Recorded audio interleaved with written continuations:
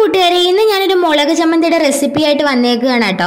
Correct ശരിയാവോ ഇല്ലയോന്നൊന്നും എനിക്കറിയാൻ പാടില്ല, എങ്കിലും ഞാനങ്ങ് ട്രൈ ചെയ്ത്. എന്ന് വെച്ചാൽ അങ്ങനെ ഇരുന്നപ്പോൾ ചോറിൻ്റെ കൂടെ നല്ല എരിവുള്ള എന്തെങ്കിലും കഴിക്കണമെന്ന് തോന്നി. അതുകൊണ്ട് തന്നെ ഈ വറ്റലുമുളകിന് നല്ല എരിവ് ഉണ്ടായിരുന്നു കേട്ടോ. അതുകൊണ്ടാണ് ഞാനിത് മെയിനായിട്ട് ഉണ്ടാക്കാൻ കാരണം.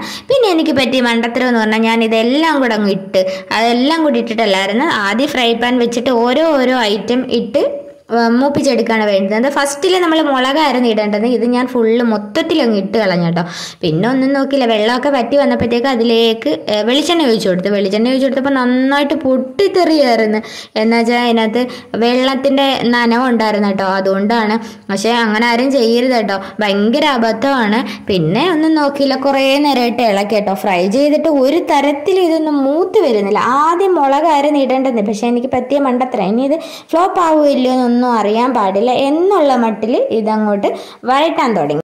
വീട്ടിലൊക്കെ ചിലപ്പോൾ അമ്മ ഉണ്ടാക്കി തരുന്നതെന്ന് വെച്ചാൽ ഈ മുളക് ചമ്മന്തി നല്ല പൊടിയായിട്ടിരിക്കും കേട്ടോ, കുഴഞ്ഞൊന്നും പോകത്തില്ല, നല്ല പൊടിയാണ്. പിന്നെ നമ്മൾ കുഴച്ചെടുക്കുന്നതെന്ന് വെച്ചാൽ വെളിച്ചെണ്ണ എക്സ്ട്രാ ഒഴിച്ച് ഉപ്പൊക്കെ ഇട്ട് അങ്ങനെയാണ് ഇത് കുഴച്ചെടുക്കുന്നത്. ഇതിന് ഏത് രൂപം ആവുമെന്നൊന്നും അറിയത്തില്ല, എന്നായാലും ഞാനിത് വഴറ്റിക്കൊണ്ടിരിക്കുകയാണ് കേട്ടോ.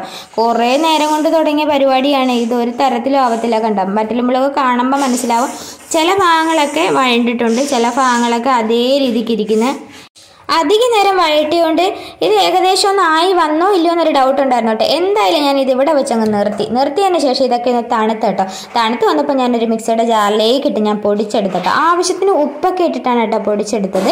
പിന്നെ ഒരുപാട് ക്വാണ്ടിറ്റി ഒന്നും ഇല്ലായിരുന്നു കേട്ടോ, നമുക്ക് കുറച്ച് അത്യാവശ്യം ചോറിലൂടെ കഴിക്കാനുള്ള ക്വാണ്ടിറ്റി മാത്രമേ ഉണ്ടാക്കിയുള്ളൂ. പിന്നെ ഏകദേശം അടിപൊളിയായിട്ട് വന്നു കേട്ടോ, നല്ല ടേസ്റ്റൊക്കെ ഉണ്ടായിരുന്നു, അത് മാറ്റി നിർത്താൻ പറ്റത്തില്ല കേട്ടോ, അടിപൊളി ടേസ്റ്റ് ആയിരുന്നു. പിന്നെ അതിൽ കുറച്ച് വെളിച്ചെണ്ണയൊക്കെ ഒഴിച്ച് മിക്സ് ചെയ്ത് ചോറിൻ്റെ കൂടെ കഴിച്ചു കേട്ടോ. എന്തായാലും നമ്മുടെ മുളക് ചമ്മന്തി ഫ്ലോപ്പ് ആവാതെ നല്ല രീതിക്ക് വന്ന കേട്ടോ, അതുകൊണ്ട് ഭയങ്കര സന്തോഷമാണ് കേട്ടോ. പിന്നെ ഇന്നത്തെ വീഡിയോ ഇത്രയേ ഉള്ളൂ. വീഡിയോ ഇഷ്ടമാവുകയാണെങ്കിൽ സപ്പോർട്ട് ചെയ്യാൻ മറക്കല്ലേ. അപ്പോൾ എല്ലാവർക്കും ടാറ്റാ.